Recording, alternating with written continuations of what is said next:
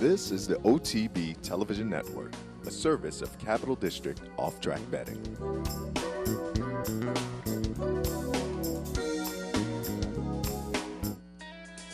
It's Golden Sense in full flight for the wire over Flashback, and Golden Sense have won the Santa Ana Derby. Orb have won the Kentucky Derby. Force will take charge is surging, and it's a photo finish. It's too close to call. And Animal Kingdom wins the Dubai World Cup. Macho Man! Broadcasting live from the Capital OTB studios, this is Racing Across America with Seth Merrow.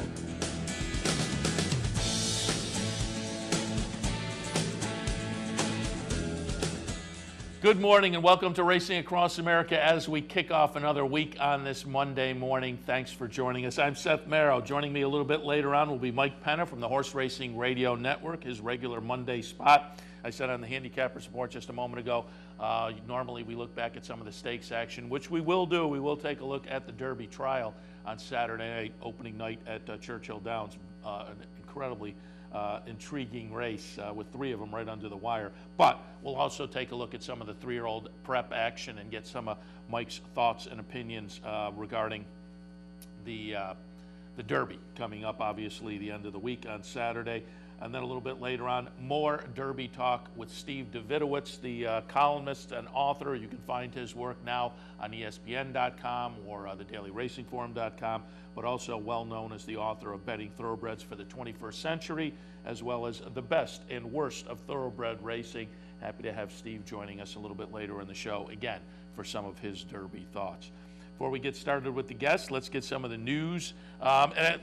Just starting things off with a little bit of a quirky piece of information. I don't know whether this would qualify as news necessarily, but when I was in here yesterday on the Handicappers Report, talked a little bit about, and admittedly patted myself on the back a little bit, but did it in an effort to keep putting out there what a fun bet this Rainbow Six down at Gulfstream is. And we wondered when the championship meet ended, would it hold up? Would there still be the $300,000 or $400,000 being bet in the pool that made the consolation so interesting to chase after at that 20-cent increment? Well, I hit it on Friday for $2,200. And again, yeah, I patted myself on the back a little bit, but I just want to point out, Friday, there were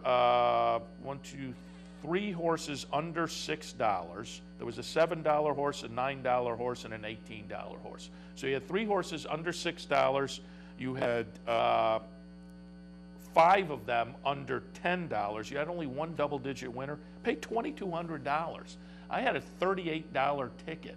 And again, that $38 ticket, I think it was something 3 by 3 by 3 by 2 by 4 by 3, something like that, which is kind of a whale-sized ticket because, again, at the 20-cent increment, if you parse that out to a $2 pick six, that would have been a $380 ticket. That's too rich for a lot of us. But at this 20-cent increment, you can jump in here. You're playing into pools of the consolation is 70% of whatever is bet into the pool that day. So let's say, for instance, if $500,000 will be bet in, you'd be playing into a pool of $350,000. So again, just going to last Friday was very logical. I brought that up yesterday on television and said, it's worth taking a shot. I took a shot. If you took a shot, we probably all went down in flames together. It was hit on the conso side yesterday, but the question mark now is, can it be hit for a single ticket before the whole thing has to be paid off in a mandatory fashion, I think on June 29th. And looking at yesterday, I think that is becoming more and more of a long shot because yesterday, here's the sequence, how it paid. $3.40, $7.20, $5.20. So the first 3 legs, $3, $7, $5, all logical, all favorites. Then a $73 horse, then a $102 horse, and yet, so that's the first 5 legs. And the first 5 legs, you have a $70 horse, $100 horse, and yet there was no opportunity for someone to take down that whole pool going into the last race. All the horses in the last race were covered multiple times. So very, very interesting. They bet in $340-some thousand yesterday. Wound up that the Rainbow Six paid $19,000. Again, that's the consolation. There were multiple tickets. It would have been obviously a tough sequence to have, but I found it very intriguing that there was no horse alive or horses live in that last race for the single ticket, now $5 million plus pool. So again, that is boding in the direction that it's going to be very unlikely that this thing is hit. Now, again, it was probably helped by the fact that there were the three favorites starting things out, and maybe if you went from 2 incredible long shots to 3, it now becomes a little more likely. So it's not impossible that it could be hit, but it's getting very unlikely, I would think. And again, you think we're going now to the end of June, we're at about 5.7 million. I would think this thing could certainly get up to 7 or 8 million, and it becomes a mandatory payoff. That last day is going to be insane. So it just from an interesting spectator point of view, it'll be fun to see if it does make it to that last day, what happens. Some Kentucky Derby news. We mentioned it yesterday. It was kind of late breaking as we did Loose on the Lead yesterday. Ring Weekend is out. That moves Commanding Curve into the Derby on the points list. Ring Weekend, Graham Motion reported, had a fever on Sunday of 102. Series of blood tests confirmed a pretty serious infection. Subsequently was on anti-inflammatories and antibiotics. Graham Motion said, excuse me, he'd like to make the Preakness. Whether that will happen or not, he's not sure, because certainly, being 2.5 weeks out, things would have to turn around pretty quickly based on the antibiotic treatment and whatnot. So we'll keep our eyes on Ring Weekend. But Ring Weekend and Commanding Curve, both owned by West Point, different kind of connections, partnership connections there. But West Point out with Ring Weekend, West Point in now with Commanding Curve. So things switched up a little bit based on that scratch yesterday of Ring Weekend. Mentioned it a little bit earlier. There are some showers and some inclement weather in Kentucky for the next couple of days. This morning, Tapiture was able to get out there and get a workout in prior to the rain hitting, which canceled later workouts. It's reported in the Racing Forum that Tapiture went out there and there was a little bit of rain and some intermittent thunder and lightning, but he did go out and started to work in a little break in the rain. But as he got out there on the track, it started to come down a little heavier. So it's reported he kept well off the rail on a sloppy track. And again, this is Tapiture, and was reported to work a half mile in 50.16. But again, it was a sloppy track. Mike Welch had the horse going out 5 furlongs in 105.61. The lightning and thunder stepped up, and about 15 minutes later, they closed the track to workouts. But Tapiture did get in a workout. Obviously not blazing fast, but given the track condition, there are some mitigating factors there. Yesterday, however, there were some notable workouts. Intense Holiday, who is a horse that I'm probably leaning a little towards in the direction of now, impressed the watchers and impressed Todd Pletcher as well. Intense Holiday, Pletcher said of the workout, I would probably classify this as the best work I've seen from him. Intense Holiday was working in company with Wee Miss Artie. On the other hand, Wee Miss Artie, Pletcher said, the worst I've seen him work on dirt. Pletcher said, I wasn't happy with the work this morning. I don't think it was typical of what we've seen for him. Seems to be cooling out fine. Pletcher said he was not sure at all if Wee Miss Artie would then go on to the Kentucky Derby based on that poor workout yesterday. But folks from the Herald Leader down in Kentucky contacted owner Ken Ramsey. Ken Ramsey said, we're going forward. So Wee Miss Artie, even with the poor workout, Ken Ramsey is marching forward. He said he talked to the exercise rider after the work, and the conversation was not enough to dissuade Ramsey from pulling Wee Miss Artie. So the two Pletcher workers that went together yesterday, Intense Holiday and Wee Miss Artie, Pletcher very happy with Intense Holiday, not so much with Wee Miss Artie, but owner Ken Ramsey still going forward with Wee Miss Artie. She too, for Bob Baffert, lost a shoe during his workout. Bob Baffert seemed not particularly concerned with that, and so did have the workout yesterday at Churchill in 1:13.20, and again had a little bit of a blip there, losing a shoe. And again, if you didn't catch the article in the Racing Forum, go back and check it out. It talks a little bit about the hoof problems. One of Shitu's hoofs has been having a little bit of a problem. They've had to do some special shoeing and whatnot. So if you're considering that horse, you just may want to add to your information. Again, there was a little article in the Racing Forum yesterday or the day before, but you'll be able to find it fairly easily, talking about the hoof problems that he has had. Mike Welch had his typical Derby workout follow-up comments, and looking at some of the workouts yesterday, he tabbed Intense Holiday as the workout of the day.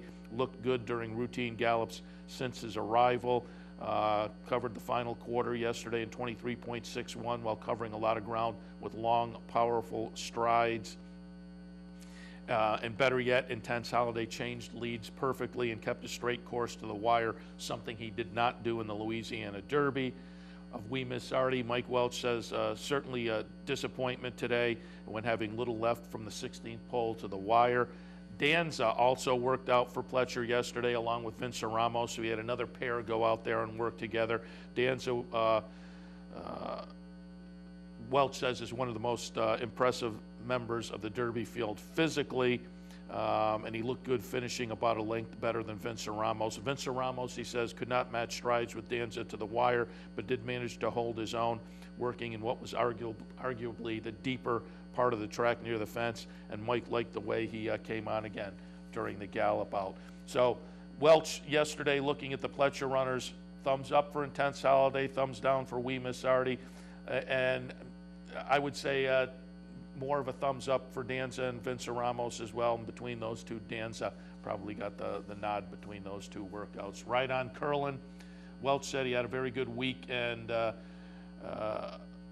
Welch seemed to maybe a little bit disappointed with yesterday's work, saying he expected to see a little stronger work, although he was willing enough through a stamina-enhancing 7-furlong drill. Wildcat Red never really got into the breeze, says Welch. However, on the Oak side, Untappable yesterday, Welch says, was very aggressive and ranked, turning into the backstretch, but quickly settled into a comfortable stride once leaving the four furlong marker, breezing an additional maintenance half-mile and looking good doing so. So on the Oak side, the certainly likely short-priced favorite, Untappable, looking very good. Also notable on the news side, the Las Vegas gaming authorities have given permission for the bookmakers down there, the casinos and whatnot. This year there will be a new Horse of the Year bet, and they've put out the early odds. Las Vegas taking wagers on the Horse of the Year. The current favorite for that is Wise Dan, just to give you an idea of what you could get in Vegas for the Horse of the Year bet. And this is based on, obviously, the 2014 Eclipse Award Horse of the Year. Wise Dan at 4-1. Will Take Charge at 5-1. Game On Dude 6-1. Mucho Macho Man 7-1. First 3-year-old on the list, California Chrome at 8-1, tied with the nice older horse Palace Malice.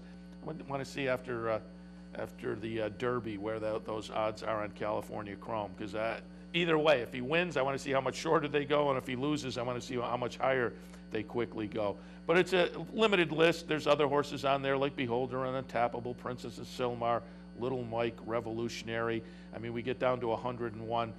Winning Prize, Marino, and Sahara Sky. I'm not sure I'd take 100-1 on it. Those look a little short to me to be Horse of the Year, but we'll see how that all shakes out. Again, a new bet in Las Vegas on the horse racing side, the Eclipse Horse of the Year bet. All right, we'll take our first break. When we come back, we will be joined by Mike Penna from the Horse Racing Radio Network. Quick recap of the stakes action, looking at the Derby trial from Saturday night, opening night at Churchill Downs. Then we'll pick Mike's brain and get some thoughts on the Kentucky Derby coming up this Saturday. All of that right after this. Missed one of our TV shows? No worries. Now you can catch all your favorite programs online. Simply log on to CapitalOTB.com and click on the YouTube link at the bottom of the homepage. And look for our new podcast coming soon. CapitalOTB.com. Log on today. The Capital OTB Handicapping Challenge Series is back. That's right, the 2014 Capital OTB Handicapping Challenge Series is back, and it's your chance to win thousands in cash and prizes, and a seat at the 2015 Handicapping Championship in Las Vegas. This month's contest is the Triple Threat on May 10th. So sign up today, online at capitalotb.com, or stop in at the Clubhouse Racebook. The future of online betting is here, and only at the all-new CapitalOTBBet.com. With a newly designed and engineered internet wagering platform, enhanced video streaming, additional funding options, and 3 new individual wagering opportunities, CapitalOTBBet.com delivers a state-of-the-art wagering experience found nowhere else in horse racing.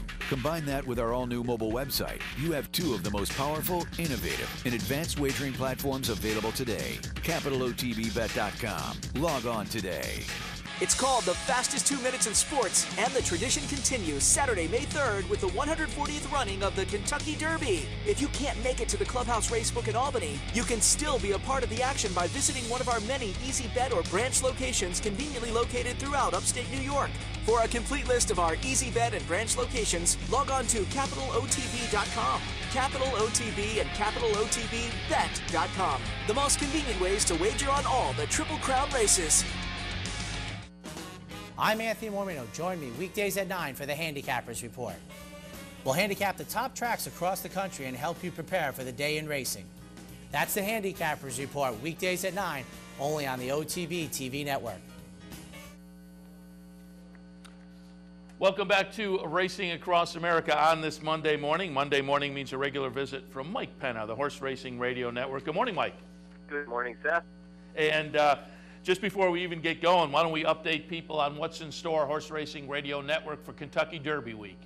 Yeah, well, first of all, happy Kentucky Derby Week, exactly. And it is going to be incredible. We head over actually tonight to get ready for more than 15 hours of coverage here on the network. It begins tomorrow night with the Derby Trainers Dinner, which people will look at me funny when I say that, and they say, you're going to broadcast at dinner? But it is unbelievable. It's a great way to bring people inside the interviews with all the trainers that are going to be there. Jill Byrne and Paul Rogers do an amazing job with their interviews, and it's such a relaxed atmosphere that you get to see the trainers and hear from the trainers in a much different atmosphere than you typically would around the racetrack. So people will want to tune into that coverage beginning tomorrow night at 7:30 on Sirius XM. And then we come back on Wednesday morning with the first of 3 Derby countdown shows from 8 to 10 a.m. Eastern Time. Those will also be replayed in the afternoon on Sirius XM, so a couple of different opportunities to catch those shows. And we'll have coverage of the post-position draw Wednesday night, and then on Friday and Saturday, all of our coverage of the Kentucky Oaks and Derby Day. The whole schedule is on our website at horseracingradio.net, but it's going to be a lot of fun. Sounds like a great week plan, no question about it. And Mike, before we shift our attention and talk a little bit Churchill Downs and Derby and whatnot, I just want to go back to the closing of Keeneland with their spring meet, because you're down in that Keeneland neck of the woods, and get some thoughts. A little bit of a shakeup, and I'm looking here at the leaderboards from Equibase in the 3 categories, owner, trainer, and jockey. And the owner side, things certainly shook up a little bit with John Oxley being the leading owner. Ken Ramsey certainly had to be disappointed. He had the highest number of starters by far. I'm looking here, Oxley started 18, Ken Ramsey started 43. Oxley wound up with 4 winners, Ken Ramsey only 3, so only a 7% hit rate for Ken Ramsey, so that was a little bit different. On the trainer side, it was Mark Casse in a battle down to the wire with Ken McPeak and Wesley Ward, but Mark Casse does pull it out. And on the jockey side, it was Julian Lepereau. But I will say, I was really impressed by Stu Elliott at the Keeneland meet. What were your thoughts? Yeah, Stuart Elliott was outstanding this meet, and he was so consistent, as good as Julian was, and he was outstanding. He was really, as they like to say, in the pocket this meet with everything that he was sitting on. But Stuart, it was tremendous, and here's a guy that, you remember, he's a Kentucky Derby winner, almost won the Triple Crown with Smarty Jones, and back here in the Bluegrass State competing at Keeneland pretty much full time for the first time that I can remember, and he was outstanding. Yeah, no question about it. And as I say, Ken Ramsey, watch out for him at Churchill, because you have to think he's going to be mad. Yeah, I would think so. And it's funny because I can remember interviewing Ken after he won his 2 Eclipse Awards last year, coming off of that unbelievable season. And I said, Ken, what do you do for an encore now? And I guess maybe he's having a little bit of a difficult time following up on that stellar year that he had last year. But look, Ken Ramsey is going to win his share of races this year. Make no bones about it. And I'm looking forward to seeing what he does at Churchill and then beyond. And Mark Cassidy is the top trainer. Timing in life is everything. So he comes in to this last Polytrack meet and gets it done. And you have to think, you know, being based up in Canada as he is, certainly Polytrack is the name of the game for a lot of his horses. So he made the most of this last Polytrack meet at Keeneland. Yeah, Mark was one of the trainers that was very outspoken when Keeneland made the announcement to go back to traditional dirt, because he does love racing on synthetics. You mentioned the Woodbine angle, and then you see how good he is training on synthetic. Look, Mark Cassidy is such a good trainer. He can get you turf horses. He can win on traditional dirt. But right now, his program is geared around racing on synthetic surfaces. So he wasn't happy that they were going back to a traditional dirt surface. But it was good to see him come through with that trainer title this meet. No question. So again, Keeneland wraps up on Friday, and things move to Churchill Downs on Saturday night. And before we talk Derby, let's just go back to Saturday night. Well, it's the Derby trial, so we're kind of talking Derby there too, although it doesn't have the same cachet it had years ago, the Derby trial. You don't think a horse is moving out of this and 1 week later going to the Kentucky Derby. That said, it was interesting. If Bayern had won this race, he would have leapfrogged up and put himself potentially into the field based on the tiebreaker of non-restricted stakes earnings. And as they came under the wire, it was Bayern. We'll watch the stretch run here, Mike. Number 1, Bayern gets it done under Rosie Napravnik. Number 6, Embellishing Bob will run second with Brian Hernandez on board. And Myositis Dan, the number 10 horse, will run third. Really a thrilling finish among the 3 horses here on opening night. But we can see right there in the stretch, there was a little bit of bumping. And as we come up even closer to the wire here, it will be Bayern floating out under left-handed urging from Rosie Napravnik. I thought the DQ was warranted. I thought there was hurting in the stretch, and given the closeness of the photo, I thought the DQ, as I say, was warranted by the stewards. What were your thoughts on the Derby trial? Yeah, and you know, as I watch it, I still have not seen the head-on yet. I really would like to go back and see the head-on, and it seemed to me, watching it just from the pan shot, that Embellishing Bob was the one that went into Bayern, but obviously hearing you talk about it and saying it was warranted, maybe it was the other way around, and the only way to really tell would be to look at the head-on there. You're right about a thrilling finish. When you see a horse like Myositis Dan come closing like a rocket on the outside after the top 2 had been 1-2 all the way around the racetrack and dueled all the way down the stretch, it really did make for a thrilling finish and a great way to kick off the spring meet at Churchill under the lights. You know, as you said, it won't play into the Derby picture this year, but, you know, a really, really good race, and it was a lot of fun to watch. Yeah, it was certainly a thrilling addition.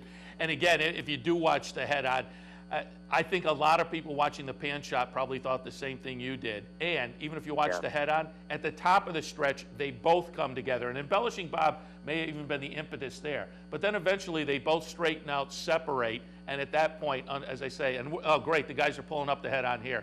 You can see Rosie is left-handed hitting and clearly does that hurting, which you never know how the stewards will react to that hurting, because it's not so much a bump, but given the closeness of the photo, the fact they come out a bunch of paths like that, as I say, I thought it was warranted. All right, Mike, let's shift our attention now, get some of your thoughts on the big race coming up on the weekend. I have some of the prep action to pull up while we talk here, and maybe talk specifically about some of those preps, and then we'll have some overall views as well. And first up, I wanted to go back to the Gotham. Give folks a chance to see both Samrat and Uncle Si, and see a good performance by Uncle Si, because he was a little bit disappointing, obviously, in the Wood. But we're going to watch the Gotham here going back to March 1st. 1A Samrat will win. Just get it done over the number 4 Uncle Si.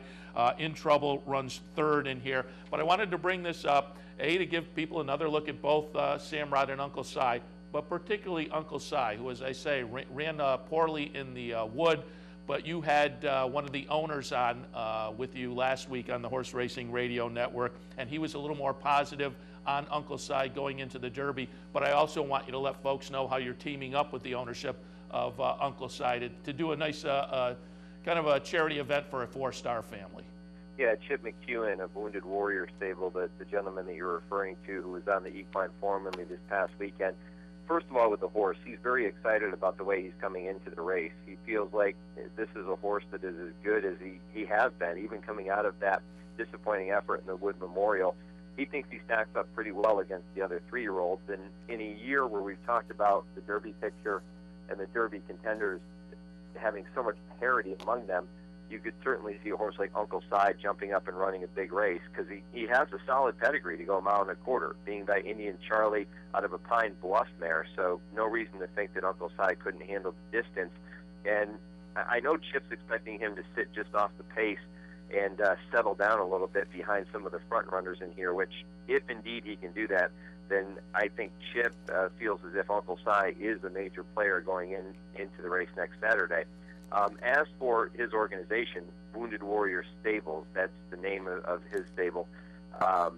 He and I talked about this back in February when I had him on for an interview. Even back then, he told me that if Uncle Si were to make it to the Kentucky Derby, he really wanted to bring a family from the Wounded Warrior Project, wounded veterans and their families, to the Kentucky Derby, because a portion of Uncle Si's earnings all go back to the Wounded Warrior Foundation. And so he made it happen. And when you run a horse at Churchill Downs in the Derby, you would think that as an owner you would have 20 or 25 tickets, or as many as you needed, but they limit the amount of tickets that each owner can have. And I think because of the sheer number of owners that are involved with the Derby horses. So there weren't really enough tickets to go around to bring the family and the Wounded Warriors to the Derby. So I had a box available, a clubhouse box, and I went to Chip with the idea of partnering with him to host the families that are coming, and he was very excited at the opportunity. So we're going to host a family of wounded veterans, actually a few different wounded veterans and their families on Derby Day, and it's going to be amazing. One gentleman from Indiana was injured overseas. He's a double amputee his story is just incredible to see his resolve and the way that he's come back to a relatively normal life.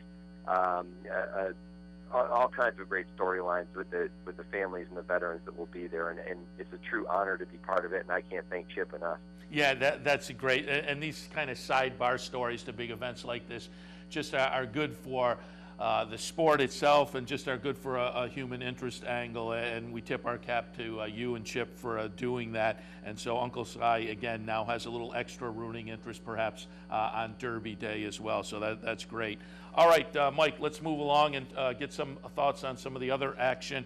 And I pulled up your list, your top 20 into this past Sunday's Courier Journal Derby media poll, and I see you have Wildcat Red sitting at number 4 on your poll. And so I just wanted to bring up, we're going back to March 29th, and I wanted to remind people, because clearly there have been some other prep races in the ensuing time that maybe have attracted more attention. So I wanted to go back and give folks one more look at the Florida Derby on March 29th. We'll watch the stretch run. It will be number 4 Constitution winning. Obviously, he's gone to the sidelines, but number 1 Wildcat Red will win. Number 6 General A-Rod. Constitution wins. Wildcat Red runs second, and number 6 General A-Rod will run third. And again, I wanted to give folks another look at Wildcat Red in here. Give us your thoughts on him. Well, he's a horse that I really came to like with all of our trips to Florida this year. We were there to broadcast the Fountain of Youth when he held on to win by a head over General A-Rod, and then, of course, returned to broadcast the Florida Derby. And does he have a pedigree to go 1.25 miles? No, he doesn't. He didn't even have a pedigree to go 1 1/8 the way he did in the Florida Derby. But there's one thing that, and any person that's involved in this sport on a racing or breeding end will tell you, you can't teach heart. And that is something that Wildcat Red has in abundance. He has a huge, huge heart. He has a will to win and a will to compete. And I still am concerned. I don't know if he can win going 1.25 miles because of that pedigree. It's going to catch up to him at some point.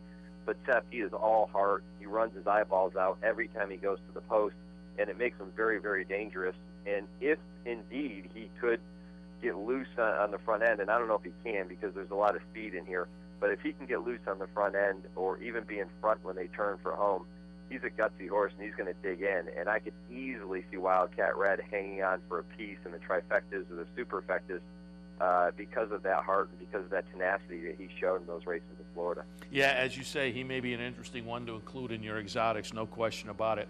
Now I wanted to go over to the Louisiana Derby. I'm looking again down at your list. 7 and 8, you have Vickers in Trouble and Intense Holiday, and they were the 1-2 finishers in the Louisiana Derby. And Mike will watch the stretch run here. It will be Vickers in Trouble getting it done for Mike Maker and Kenneth Sarah Ramsey. Intense Holiday for Todd Pletcher will run second, the number 1 horse. Number 7, Commanding Curve, will run third, so folks can watch that one because he's now into the race after the defection yesterday of Ring Weekend. But as I say, Mike, you have Vickers in Trouble and Intense Holiday, 7 and 8 on your list, and I just wanted to get some thoughts because I'm now starting to lean towards Intense Holiday. I've had him up towards the top of my list for a while now, but I'm hearing some good workout reports as well.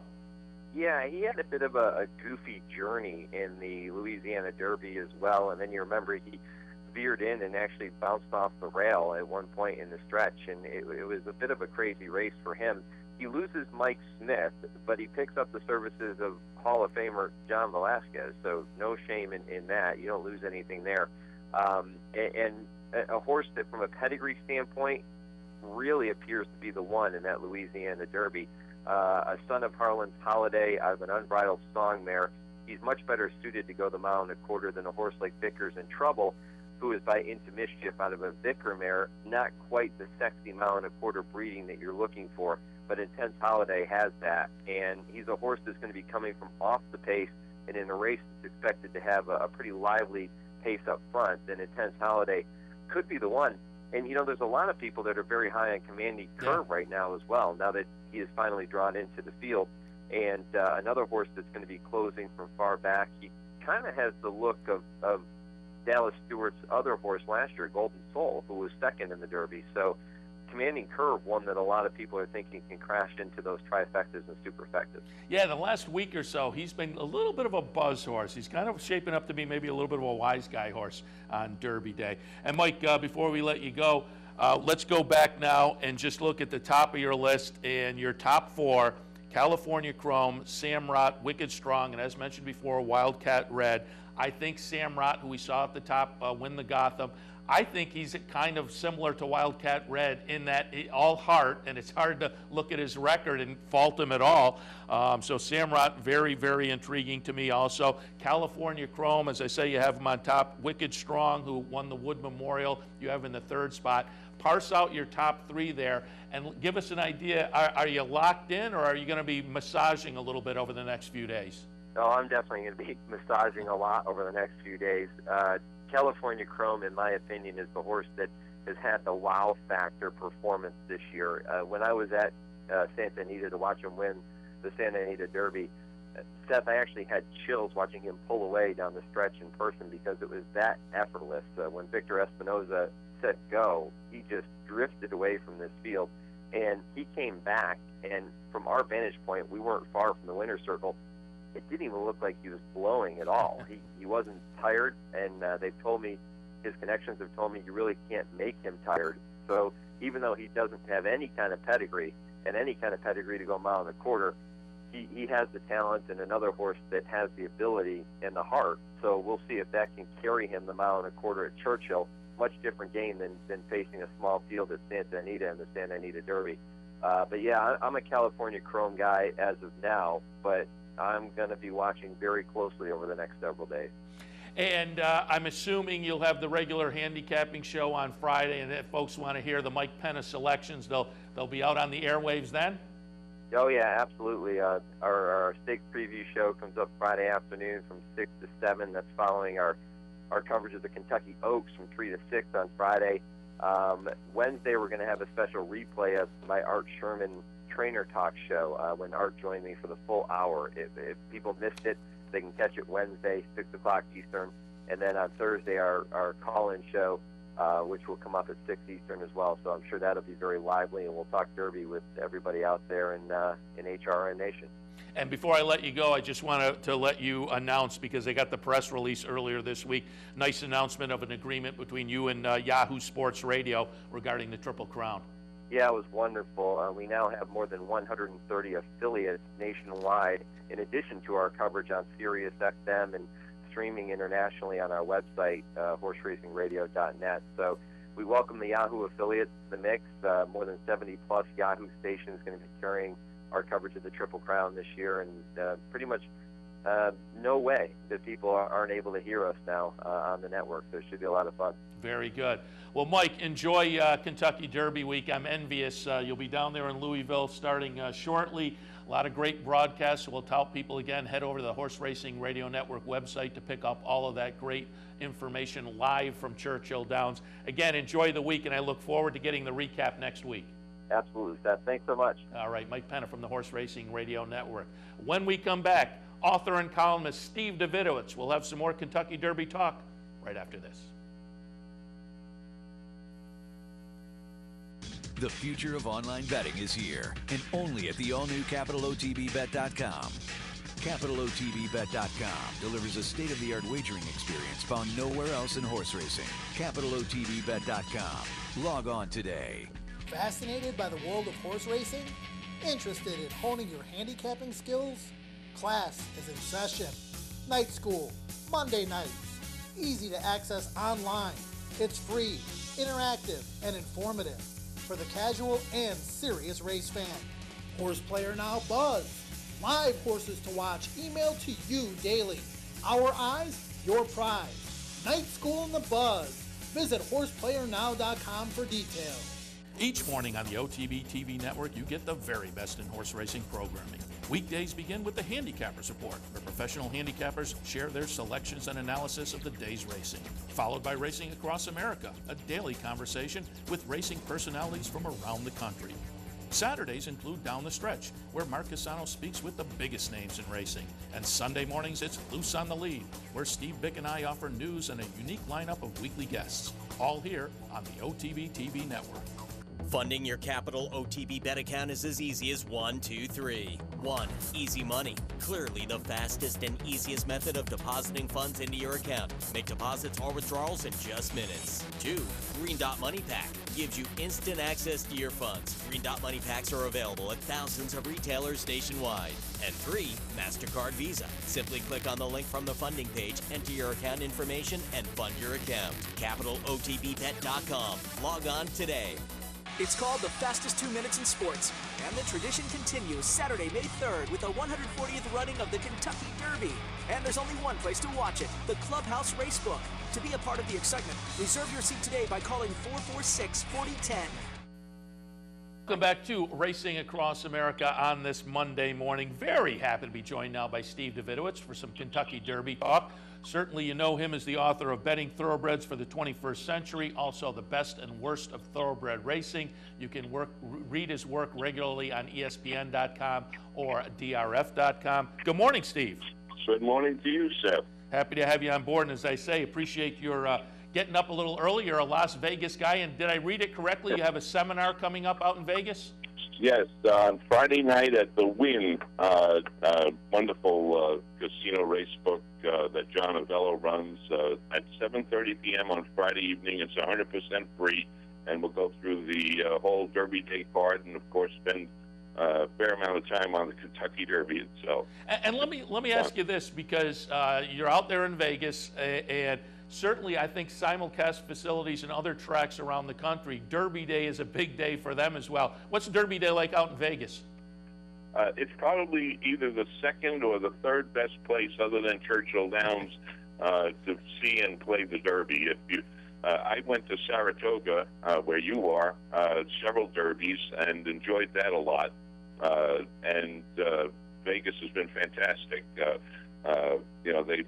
They roll it out, a lot better than they do, I think, even than they do for the Breeders' Cup. Even though the Breeders' Cup is such a spectacular couple of days, they treat it as special as it is, and they attract large enough crowds. Their betting handle is good, and they've got a lot of specials on hand. I think it's a great place to watch and play the Derby. Excellent, excellent.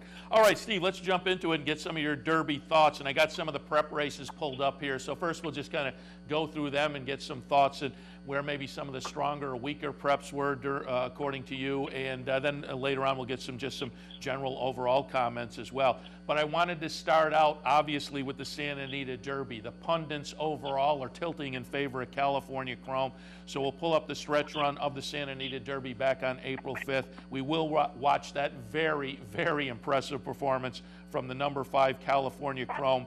Running second, the number 3 Opportunity. That horse is certainly attracting some attention coming into the Derby for Baffert as well. And running third will be the number 6 Candy Boy.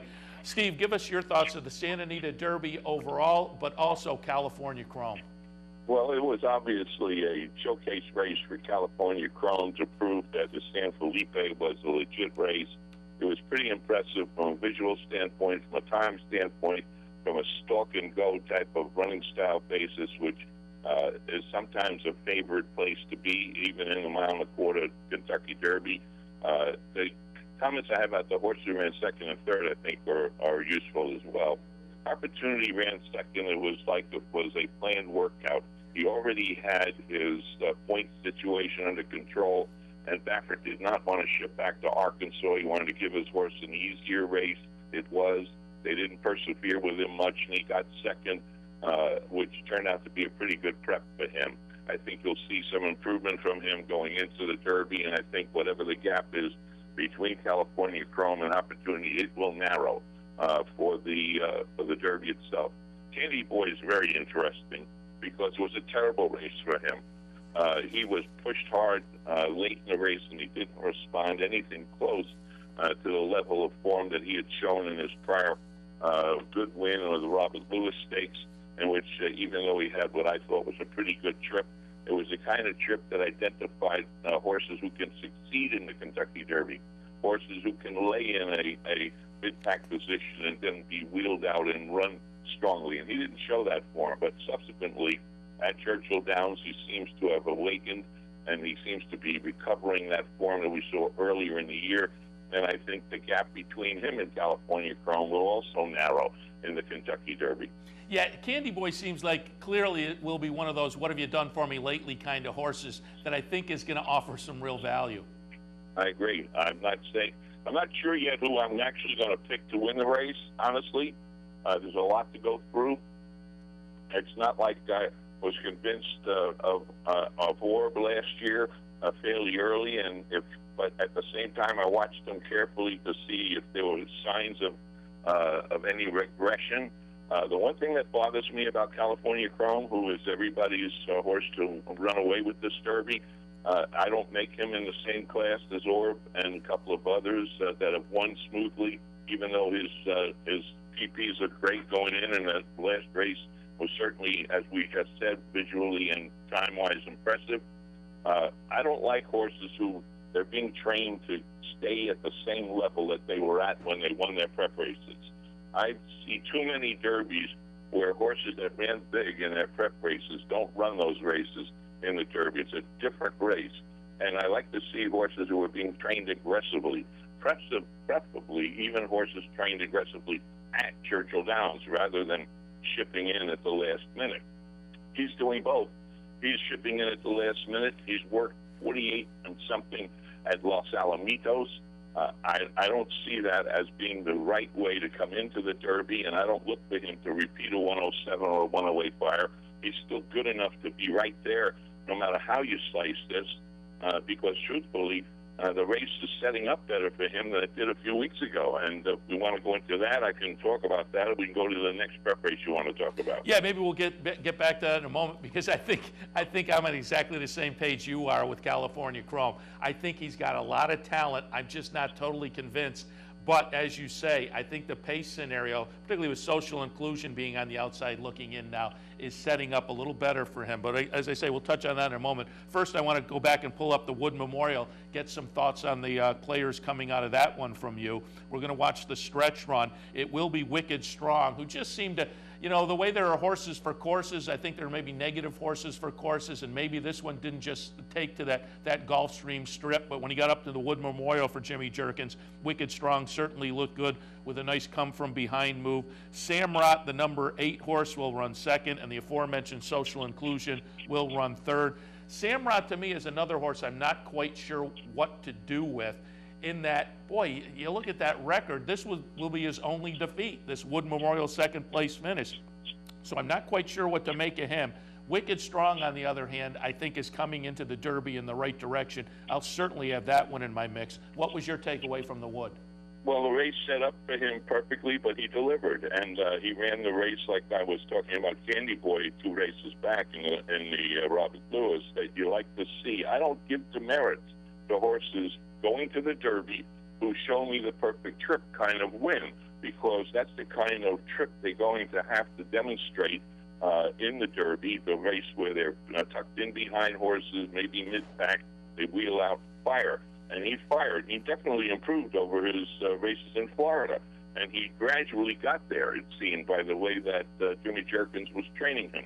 I don't hold a real negative off of him training in New York because he trained the same pattern for the Kentucky Derby with his 126 or 7 furlong workout in New York versus coming to Churchill to do it. But he has to show during the time that he's at Churchill Downs that he is really a robust, aggressive-looking, healthy-looking horse who relishes running over that strip. And that'll be a more subtle, thing to determine without actual workout, so to speak. But he has the right running style for a race where if the speed does gang up, he should take advantage. As far as Samrat is concerned, he's an extremely game racehorse, and he proved that in the Wood Memorial. If he hadn't already proved it twice over running with Uncle Si, and which he definitely did prove that. But in that race, he had no business running second. He really didn't. He had a difficult trip, and he had to push hard to get to Social Inclusion, who ran a terrific race, lightly raced as he was, showed real promise, Social Inclusion, that's for sure. So I give Samrat credit among several horses in the field who look like they're stalkers, who should be near the pace, just like the favorite, California Chrome. And I still think there's some room for improvement in that horse because of the way that Rick Violet has been training him all season long. So he's an interesting horse to think about for exotics, I believe. Yeah, I go completely. Intriguing horse that on the record, I just can't quite pull the trigger. But again, like you, I haven't made final decisions yet, and that is up for debate. Now I want to go on, and I'd really like to get your opinion on this one because I think the winner of the Arkansas Derby is very interesting. And so we're going to watch the stretch run of the April 12th Arkansas Derby. Number 1, Danza, will upset things 41-1. A Todd Fletcher $80 winner in a Derby prep race. Number 1, Danza wins. Number 4, Ride on Curlin second. Number 8, Bayern runs third. And number 3, Tapiture runs fourth in here. Again, Danza, interesting to me, very lightly raced, obviously, but this could just be a horse getting good at the right time. Then, as I say, you got a couple others in here that I think will attract some attention on Derby Day, with Ride on Curlin running second and Tapiture running third. Tapiture, a horse earlier in the season, I like quite a bit. Over the past couple of starts, I haven't been able to continue riding the bandwagon, although I'm sure I'll have him in the mix somewhere on Derby Day. But what was your takeaway from the Arkansas Derby? Well, I thought Danza was somewhat lucky to win the race, nevertheless improved considerably, quite obviously, to even be in position to win the race, given what he had not done during the course of the season. Right out loud, I mean, he had one prep race at 7 furlongs in which he was just running evenly in a sprint at Gulfstream, and that was enough to set him up for a triple-digit buyer going 2 turns, 1 mile and 1/8 against horses who had been proven to be around 100 or 98 type buyer numbers and very gritty types too. I mean, if you watch the Rebel, the 4 horses across the track were trying very hard in that race, and it was a rough and tumble race to begin with.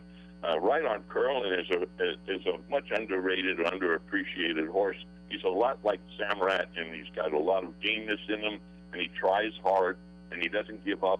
And he's going to be a horse who's going to run relatively close to the pace in the pack with the favorite. And so, he's another one that in a 20-horse field you can spread considerably for exotic purposes that I would definitely use. As far as Danza is concerned, I have to be somewhat suspicious of him being able to duplicate that race and or improve upon it, notwithstanding that he ran the kind of gutty race to cut through inside and then going away, and so on. The one thing about Arkansas races that people don't know or should know by now is that when you look at final fractions for Arkansas for Oaklawn Park races, you have to remember that the stretch literally is tilted somewhat downhill. There's a wonderful story I could tell about that. It would take too much time right now as to how we discovered that.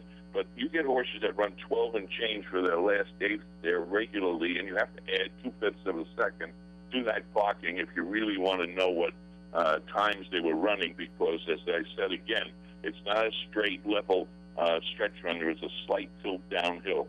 So whereas he did the right thing in winning that race, and he certainly, rewarded people who had some faith in him at a big price, I am of the mind that he's one of the ones who ran really well that I'm going to discount somewhat coming into this Derby. Okay, and I have to admit, I am a fan of Oaklawn, watched for a long time. I did not know the downhill angle on the stretch, but we're going to have you back on sometime to hear the story on that discovery, because I'd love to hear it.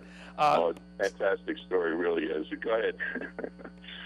Steve, we'll get back to what I said we were going to talk to before.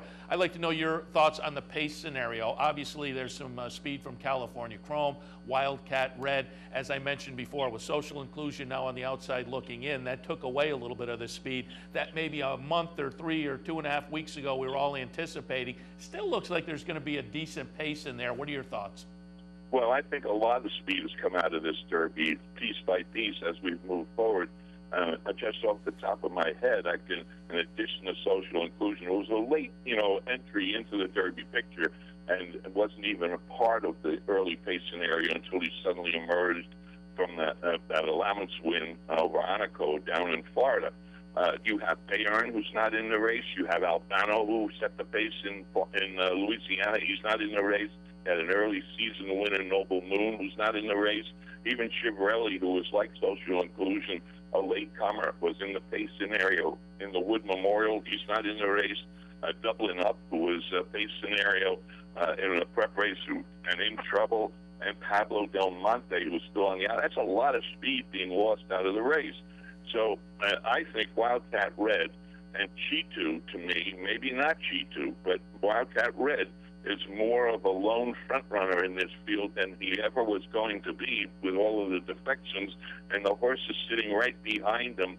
Cal Chrome, Vicar's in trouble, Samrat, possibly Danza, maybe a little further back for Danza, Right on Curlin, Governor A-Rod, Tapiture, Uncle Si.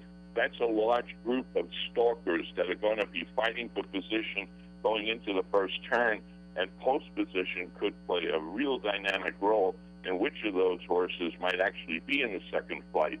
They have to press Wildcat Red, or they have to get involved into the race in the backstretch rather than wait for him to come back. He will, be, I think, pressed hard to go the full mile and a quarter on the lead, but I didn't give him any chance at all to do that before those defections. Now I see that he probably could be leading, turning into the stretch. And so the horses that are in the second flight will determine whether or not the Wicked Storms, the Candy Boy, the Opportunities, the Intense Holidays, even the two horses coming out of the Bluegrass, Metal Count, Dance with Fate, and the new horse who got in, who ran such an interesting third in his prep race, Commanding Curve, whether they will have any real say in this race. So the pace pattern of the race is crucial to how this Derby may turn out. And Steve, we got a couple of minutes left, and I know you said you haven't made your final decisions yet, and it's understandable because, as you mentioned, post positions will be very important. But who are 2 or 3 that you're maybe leaning towards right now? Well, I'll give two horses that I think I'm definitely going to be focusing on, pending how they look at Churchill. One I mentioned before, Wicked Strong, because he has that stretch running ability, and yet if the pace scenario looks like it's not going to be, really that favorable, I will downplay him somewhat. a horse that I'm upgrading that I ordinarily would throw out is Metal Count, the horse who was second in the bluegrass. I would have thrown him out because the bluegrass, synthetic track. But he's got a nice stretch runner's profile, better even than the winner of that race. And he's training at Churchill, where the other one is training in California, and he trained really well. And I think it'd be a mistake to throw him out if the race shapes up as a stretch runners contest. Well, I was going to ask you for an interesting long shot, but I think you might get a price on Metal Count. Yeah, I think 30 to 1 is about what I see him going to post at, and there'll be several in there. I think that's what it is about the Derby. You can even love California Chrome and take 7 or 5, 8 to 5 on him, and build a hell of a superfecta play using horses that you also like to fill in the positions. We've had races where the favorite has won, or the favorite and the second choice has finished in the top 4, and it's come back paying $10,000 or more. So that's the one positive of a 20-horse Derby. There's a one big negative of the 20-horse Derby, and I'm going to be writing about that in my ESPN column tonight for tomorrow or Wednesday's posting, for Wednesday's posting, and that is, I think 20 horses is way too many horses to have on a racetrack in any race, and it's an accident waiting to happen, and I'll be praying for those horses to come out of the race unaffected, and I do that every time that we run a Derby at 20 horses. It's too many. As you say, though, there is that positive from the betting standpoint. That 20-horse field is what adds all the value, and it will be interesting to see how it shakes out this year. The pundits are all leaning towards California Chrome. He's clearly going to be the favorite. I think it gets totally murky after that, and I'm going to be very interested to see where the betting public goes. Steve, just got about 30 seconds left, but speaking of your ESPN column, I wanted to touch on one of interest from the past couple of weeks, and I totally agree with it. They have got to tweak this point system to get the fillies somehow under consideration, because potentially the best 3-year-old this year is untappable. Well, they claim, and I've talked to them at length, that they should have decided to run her in a race against male horses, and they point to, Winning Colors having done that in the Santa Anita Derby. But the way it's set up now, it's prejudiced against any owner or trainer to do that, and all they'd have to do to tweak it is to give the horse with the most points in the filly division a ticket into the Derby. It wouldn't be any hardship on the other 19 horses that would get in the race. And it would allow for the decision to be made by the owner and the trainer which one of the 2 races they'll run, the Oaks or the Derby, and all they'd have to do is just that, and that would solve the problem. Yeah, and I think it's so fun for the fans to see the fillies face the boys, so you do hope that they maybe take a look at that in the future. Steve, we absolutely appreciate the visit, and good luck coming up, Derby and Oaks weekend, and we'll talk to you again down the road. Well, it'll be nice, Seth, and good luck to you and all your listeners. It's a horse player's holiday. Absolutely. That's well put. Thanks a lot, Steve. You're welcome. Steve Davidowitz, again, author of Thoroughbred Betting in the 21st Century, the best and worst of thoroughbred racing. You can find his columns regularly, ESPN.com and DRF.com. A little before that, Mike Penna from the Horse Racing Radio Network. That wraps up another edition of Racing Across America. The Monday edition in the books now as we proceed along Kentucky Derby Week. Plenty more Derby conversation coming up. We hope you tune in every day. We're here every weekday from 10 until 11 a.m. At 9 a.m. every day, it's the Handicappers Report. This morning, Anthony Mormino and I took a look at a couple of tracks and hopefully handed out some good information. So enjoy the races this afternoon. Cash some tickets. We'll see you tomorrow morning.